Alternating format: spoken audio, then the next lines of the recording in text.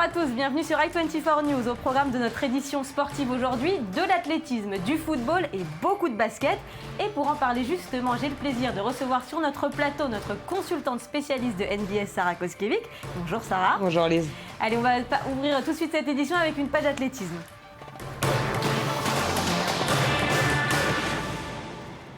Les Bleus sont revenus glorieux des championnats européens d'athlétisme. Parmi eux, un athlète se détache, il a seulement 27 ans et son palmarès ne cesse de s'allonger. À Zurich, le perchiste français vient de remporter une nouvelle médaille d'or. Les trophées s'accumulent pour ce surdoué de l'athlétisme Made in France.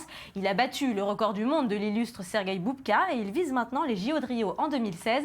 Retour sur le parcours d'un ovni du saut à la perche avec ce reportage. Énième sacre pour Renaud Lavillenie. Le petit prodige du saut à la perche devient champion d'Europe pour la 3e fois de sa carrière à Zurich cette année. Une victoire éclatante. Il a franchi du premier coup la barre des 5,65 m et des 5,80 m. Le perchiste a même continué le concours pour franchir 5,90 m au deuxième essai avant d'échouer par 3 fois à 6,01 m. Un saut qui aurait constitué un nouveau record des championnats d'Europe. Un autre Français s'est illustré en saut à la perche cette année. Kevin Menaldo, 22 ans, a décroché le bronze avec un saut de 5,70 m. Mais avec une facilité déconcertante, c'est bien Lavillenie qui reste sur le toit du monde. J'ai pas pu réellement prendre l'ampleur de ce qui s'est passé, mais ne serait-ce que par tous les messages que j'ai eus, par tout ce qui se passe autour, je m'en rends compte. Le Charentais n'en est pas à sa première médaille. C'est un habitué. Champion d'Europe en salle et en plein air, champion du monde et même champion olympique aux JO de Londres en 2012.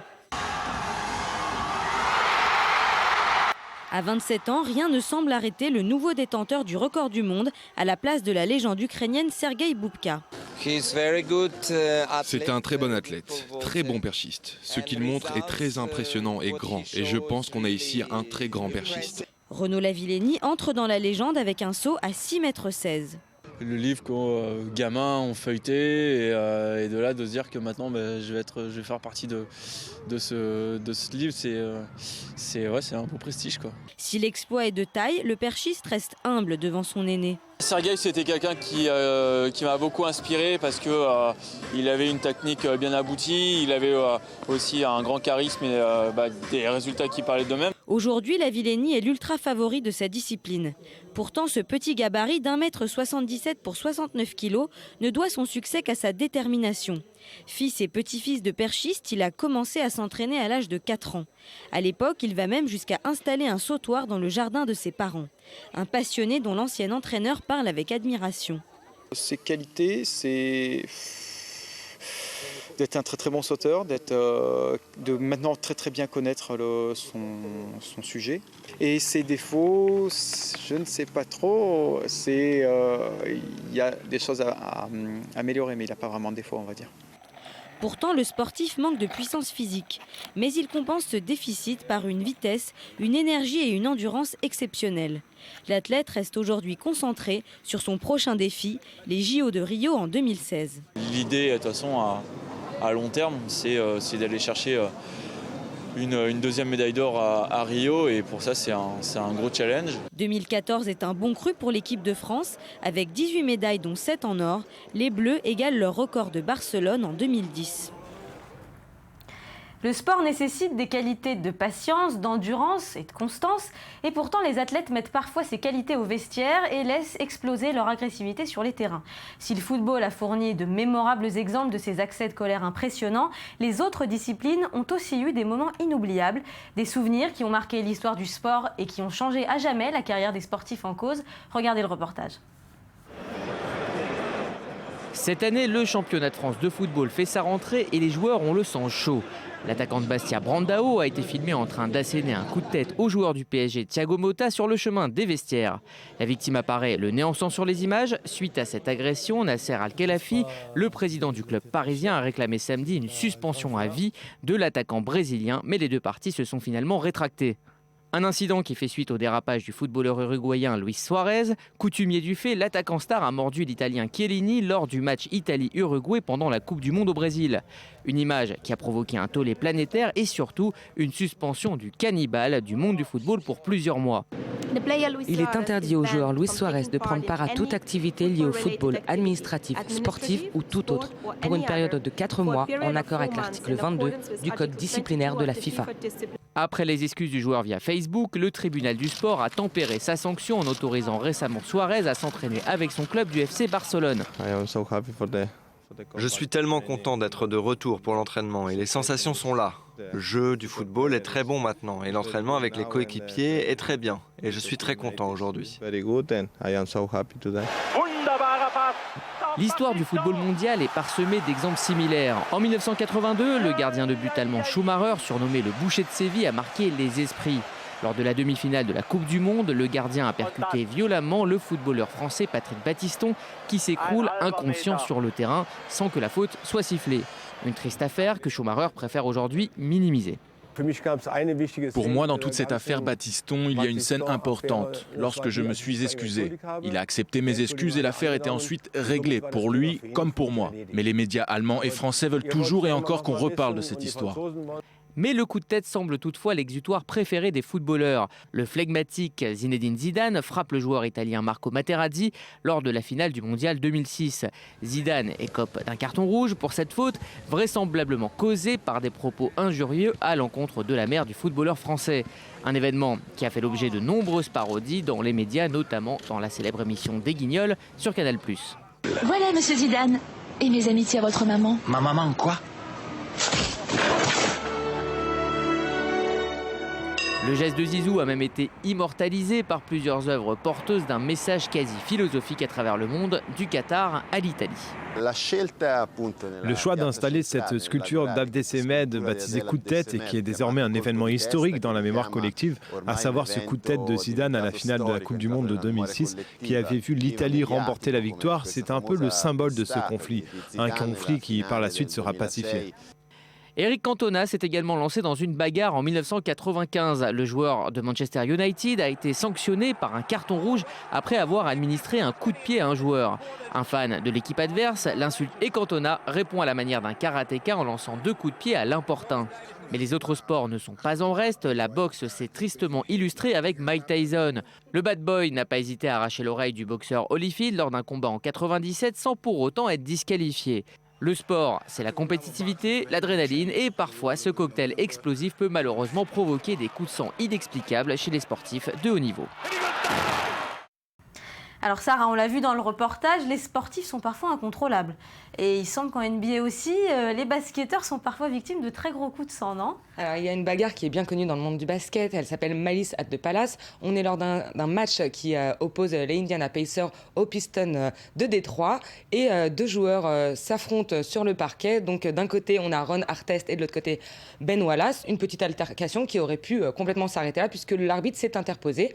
Artest va s'allonger sur le banc de marque et là, un spectateur envoie un verre vide de bière sur le joueur qui voit rouge, devient fou, monte dans les gradins pour se battre. Et là, toute son équipe, peut-être par loyauté, je ne sais pas, se rue avec lui dans les gradins. S'ensuit une émeute digne vraiment d'un film américain. Vraiment, c'est la première fois qu'on voit, et la dernière fois d'ailleurs qu'on a vu ça en NBA. Vraiment une émeute incroyable. Résultat, Artest est suspendu pendant un peu plus d'1 an. Donc, pas moins de 86 matchs de suspension. C'est encore aujourd'hui la plus longue suspension pour un joueur NBA hors dopage. Donc le basket, c'est un sport où il y a vraiment de fortes têtes. Dans le genre bagarreur hors de contrôle, le basket connaît Dennis Rodman. En tout cas, le joueur des Bulls affronte l'équipe, en 98 affronte l'équipe du Utah Jazz. Roi de la provoque qui cherche à titiller sur le terrain un petit peu en rigolant Karl Malone. Ils finissent par en venir aux mains. Rien de très grave, mais c'est une querelle qui n'est pas très grave, qui aurait pu ne pas faire de bruit si la WCW, la fédération de catch, ne s'était pas emparée du buzz et leur a proposé un match de catch avec Hulk Hogan, rien de moins. En tout cas, ils ont fini par bien rigoler de cette histoire et faire un paquet d'argent.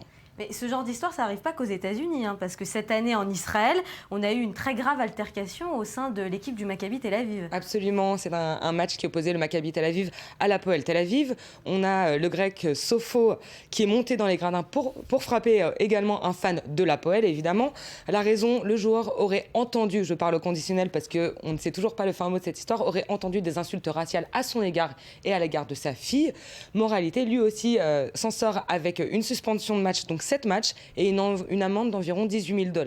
Toujours est-il que les images ont fait le tour du monde et notamment des médias israéliens. Merci Sarah. Allez, on va parler d'autres sportifs qui nous réservent des surprises, mais des surprises d'un autre genre. Ils font des débuts moyens dans des clubs peu connus. Ce ne sont que des anonymes, puis leur carrière bascule, parfois très tard, et c'est là qu'ils se transforment en véritables prodiges de leur discipline.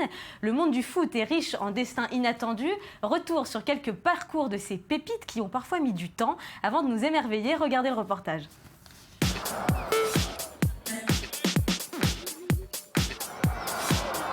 Personne n'aurait parié sur eux et pourtant, ils sont les plus grands talents sportifs de notre époque. Mathieu Valbuena est sans doute l'un des plus flamboyants outsiders de sa génération. Celui qu'on surnomme Petit Vélo a commencé modestement sa carrière dans un club amateur de CFA2, soit la 5e division du championnat français. À l'époque, il est vendeur dans un magasin de sport et joue avec le club de Langon-Casté. Il part ensuite jouer à Libourne où il excelle puisqu'il est même élu meilleur joueur de Ligue 2 en 2006. Puis, ce sera l'Olympique de Marseille et l'équipe de France pour la première fois en 2010. Je suis très ravi d'être ici. Je vais progresser et puis voilà. Je suis déterminé aussi. Comme je dis, je viens avec beaucoup de détermination, mais avec beaucoup d'humilité aussi. Donc voilà. Maintenant, je vais faire ce que je sais faire et avec beaucoup de détermination aussi. C'est le plus important. Le milieu offensif français vient d'être recruté par le FC Dynamo de Moscou, où il a déjà fait des étincelles en délivrant 2 passes décisives cet été. Même destin exceptionnel pour l'ex-meilleur des Bleus Franck Ribéry, l'attaquant fait ses débuts en CFA à l'US Boulogne à 18 ans. Après un passage à Guingamp, Ribéry est embauché par le Stade Bressois, avant d'être enfin remarqué par le FC Metz où il fait ses débuts en Ligue 1 en 2004. 6 mois après ses débuts en Lorraine, Ribéry est transféré au club turc de Galatasaray. Il part ensuite à Marseille où son talent est enfin reconnu de tous avant de filer au Bayern Munich où Kaiser Frank est transféré pour 30 millions d'euros. Autre cas d'école dans le monde du football, Didier Drogba. L'attaquant commence son parcours à l'En Avant Guingamp en 2002. Drogba s'épanouit dans ce club familial mais explose à l'OM sous la houlette de José Anigo en inscrivant 19 buts en une saison. En 2006, il rejoint Chelsea et atteint la barre des 100 buts en première ligue pour la saison 2012-2013. Drogba est aujourd'hui une véritable icône en Côte d'Ivoire, son pays d'origine. En Côte d'Ivoire, Drogba est bien considéré. Il y a des gens qui n'aiment pas trop son affaire, mais 1000% aiment l'affaire Drogba parce qu'il prouve toujours. À chaque match, il prouve. Il montre que c'est lui qui est le leader. Plus surprenant, le mythique Zinedine Zidane commence sa carrière au petit club de l'AS Cannes. C'est là que le numéro 9 cannois affûte ses armes, se fait remarquer et part pour Bordeaux en 1992. C'est le début de la légende Zizou, un parcours qui le conduira jusqu'à ses 2 buts en finale de la Coupe du Monde 6 ans plus tard. C'est certainement la chose la plus importante qui m'est arrivée dans ma carrière, c'est de jouer justement une Coupe du Monde dans un pays, dans notre propre pays et de pouvoir d'avoir pu la gagner. Je pense que c'est le souvenir extraordinaire. Partout ailleurs en Europe, les pépites fleurissent aussi. L'Italien Luca Toni a connu un début de carrière difficile avec de nombreuses blessures. Il rejoint l'US Palerme en Série B en 2003. Avec 38 marqués en 43 matchs, il fait remonter son équipe en première division et signe à la Fiorentina en 2005. Aujourd'hui, à 37 ans, le soulier d'or 2005 a joué au Bayern de Munich, à la Juventus de Turin et continue au Hellas Vérone où il marque de nombreux buts. Mais l'un des footballeurs les plus atypiques de sa génération, c'est bien le Britannique Ricky Lambert. À ses débuts, le football n'est qu'une activité d'appoint. Il enchaîne donc les clubs de seconde zone jusqu'à réveiller Southampton. Lambert emmène son équipe en première ligue en 2012 et à 30 ans, l'attaquant découvre l'élite des championnats anglais et signe finalement à Liverpool en 2014. Ce n'est qu'à 31 ans qu'il rejoint la sélection nationale anglaise pour un match amical contre l'Écosse et il honore son équipe en inscrivant un but de la tête. Des débuts pas toujours glorieux, des parcours semés d'embûches, le sport est bien souvent le théâtre de destinées inattendues. Alors Sarah, dans le reportage, on parle beaucoup de ces pépites du football, mais en NBA aussi, il y a des joueurs qui avaient beaucoup de talent, et puis pourtant ils étaient un peu boudés par la Ligue. Qu'est-ce qu'ils sont devenus ? Alors, on a quelques exemples au fil des années, évidemment. La NBA marche grâce à la draft, donc c'est la ligue qui qui sélectionne des joueurs. Et certains joueurs, parfois, sortent du lot. Par exemple, Jeremy Lin, que rien ne prédestinait à être joueur professionnel. Il a eu un parcours universitaire on ne peut plus classique, diplômé d'économie à Harvard. Il n'est pas du tout drafté et ça aurait pu, mais il voulait évidemment jouer au basket. Ça aurait pu être la fin de son rêve de carrière de NBA s'il n'avait pas été repêché après des matchs de Summer League par les Golden State Warriors qui donc le font un petit peu jouer, mais il reste anonyme, il ne joue pas vraiment, on n'entend pas vraiment parler de lui. Et puis en 2012, il refait surface avec les Knicks et il profite de la blessure de Carmelo Anthony en enchaînant les performances sur le parquet avec des matchs exceptionnels durant cette saison-là. Ça crée ce qu'on appelle le phénomène l'Insanity, la folie autour de Lin. Et on pourra le suivre en tout cas la saison prochaine avec les Lakers de Los Angeles.